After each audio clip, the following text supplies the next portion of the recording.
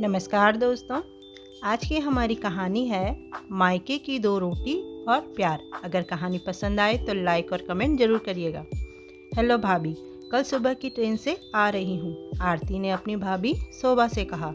ठीक है, और अकेले मत आना, बच्चों को भी लेती आना, शोभा ने अपनी नंद आरती से कहा। शोभा ने आरती से कह तो दिया, लेकिन किचन में खाली होने को आए राशन के बर्तन शोभा को मुंह चढ़ा रहे थे। शोभा जल्दी से काम निपटा रही थी, लेकिन न जाने क्यों चिड़चिड़ी सी हो रही थी। ऐसा नहीं था कि आरती के आने से खुश नहीं थी, लेकिन घर के हालात आजकल कुछ यूं थे कि कोई भी मेहमान आ जाए तो पूरा बजट बिगड़ जाए। शोभा की शादी को 7 साल हो गए थे। ससुर जी का सानिध्य नहीं मिल पाया। ससुराल में बस सास और 6 साल का बेटा और पति वेद थे। नंद की शादी भी शोभा की शादी के साल भर बाद ही हो गई थी। ननद और भाभी दोनों ज़्यादा समय एक दूसरे के साथ नहीं रह पाए, लेकिन दोनों का प्रेम मानो बरसों बरस का हो। वेद प्राइवेट कंपनी में था। जब तक नौकरी थी सब कुछ अच्छे से चल रहा था, लेकिन कोरोना काल की वजह से वो नौकरी भी छूट गई। बड़ी मुश्किल से घर के पास किराने की दुकान खोली थी, जो थोड़ा बहुत चल जाती थी। सास विमला जी पर बढ़ती हुई उम्र का असर था। घुटनों से चला फिरा नहीं जाता था।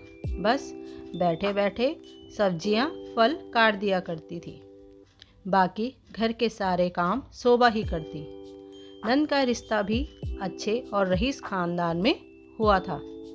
शोभा को यही चिंता सताई जा रही थी कि नंद आ रही है तो सब कुछ कैसे होगा। जाते समय नंद और उसके बच्चों को तोहफे देना और उनके खाने पीने में पता नहीं क्या क्या बनाना होगा। घर में तो कब से केवल दाल और रोटी ही बन रही है। अगले दिन सुबह टैक्सी की आवाज़ सुन मेन गेट को खोला।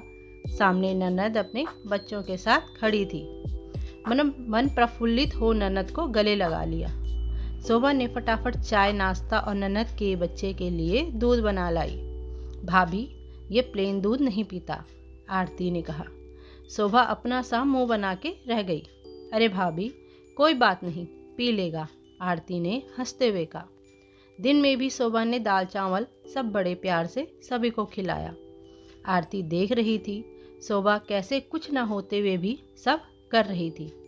आरती शोभा के साथ मिलकर सारे काम निपटाकर माँ के साथ बैठी कि शोभा चाय बनाकर ले आई। ऐसे तैसे करके शोभा कर रही थी, और आज आरती वापस अपने ससुराल को जा रही थी कि शोभा ने एक साड़ी आरती के हाथ पर रखकर बोली, आरती, साड़ी हल्की है, लेकिन तुम्हारे लिए हम सबका प्यार इससे कई ज़्यादा बढ़कर है। आरती की आंखों से निर्झर आंसू बहने लगे।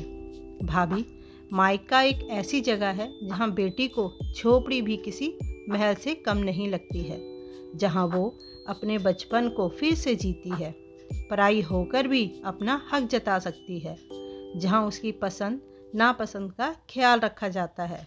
मुझे अपने मायके में ये तोहफे नहीं, बस प्यार ज़रूर देना भाभी। ससुराल में चाहे जितने भी ऐसो आराम मिले, लेकिन मायके आकर ही उसकी थकान दूर होती है।